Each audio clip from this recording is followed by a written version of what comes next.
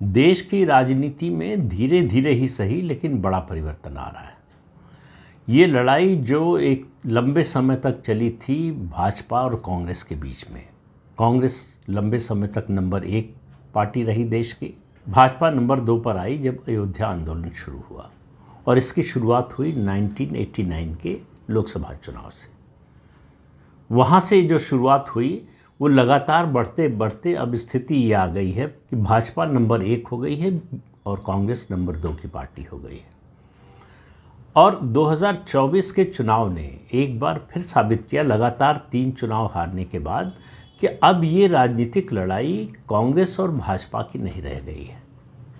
भले ही 3 राज्यों में कांग्रेस की सरकार हो, भले ही कुछ राज्यों में कांग्रेस अब भी, चूँकि कोई तीसरी पार्टी नहीं है वहाँ, तो नंबर 2 की पार्टी हो, जैसे गुजरात है, राजस्थान है, छत्तीसगढ़ है, मध्य प्रदेश है, ऐसे राज्यों में नंबर 2 की पार्टी बनी हुई है, क्योंकि नंबर 3 की पार्टी कोई है नहीं, तीसरी पार्टी कोई है नहीं। लेकिन अंतर लगातार बढ़ता जा रहा है कांग्रेस और भाजपा के बीच में। और पिछले बहुत सारे चुनाव के आंकड़ों का अगर आप आकलन करें तो आप देखेंगे कि जहाँ जहाँ भाजपा और कांग्रेस की सीधी लड़ाई होती है वहाँ ज़्यादातर मामलों में कांग्रेस हार जाती है। इसके 2 अपवाद आपको दिखेंगे, एक हिमाचल प्रदेश में अभी है और दूसरा कर्नाटक में। इन राज्यों में जब चुनाव आएगा, विधानसभा चुनाव होगा, 27 दिसंबर में हिमाचल में होगा, उसके अलावा 28 अप्रैल मई में कर्नाटक में होगा, तो स्थिति बदलने वाली है, ऐसा अभी से नज़र आ रहा है। लेकिन मैं आज इन राज्यों की बात नहीं कर रहा हूँ। अब भाजपा की लड़ाई सीधी सीधी क्षेत्रीय दलों से है।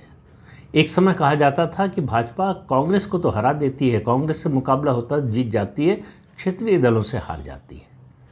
तो भाजपा के लिए इस परसेप्शन को तोड़ना और इस सच्चाई को भी, ये परसेप्शन और सच्चाई दोनों है, इसको तोड़ना बहुत ज़रूरी था। इसकी शुरुआत हो चुकी है। 1 विकेट भाजपा गिरा चुकी है। क्या 2 विकेट, वैसे तो मेरा मानना है 3 विकेट है कायदे से देखिए तो, लेकिन क्या 2 विकेट भाजपा गिरा पाएगी? क्योंकि इन तीनों राज्यों में, जो 3 विकेट की बात कर रहा हूँ, 2026 में विधानसभा चुनाव होने वाले हैं। तो पहला विकेट कौन सा गिराया? वो था उड़ीसा का। उड़ीसा में 99 से बीजेपी और बीजेडी मिलकर चुनाव लड़ते रहे।